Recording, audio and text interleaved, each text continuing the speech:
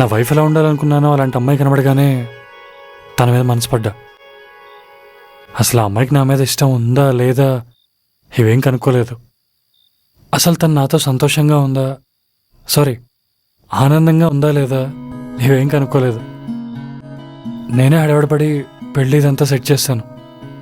So నేనే నీకు sorry చెప్పాలి.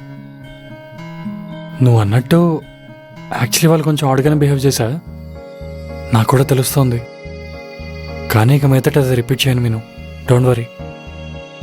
మీ ఆకాస్త హాయిగా ఉండు, ఓకేనా? సరే మరి, గుడ్ నైట్. బావా, నేను ఆకాష్ని పెళ్లి చేసుకోవడం నీకు నిజంగా ఇష్టమేనా?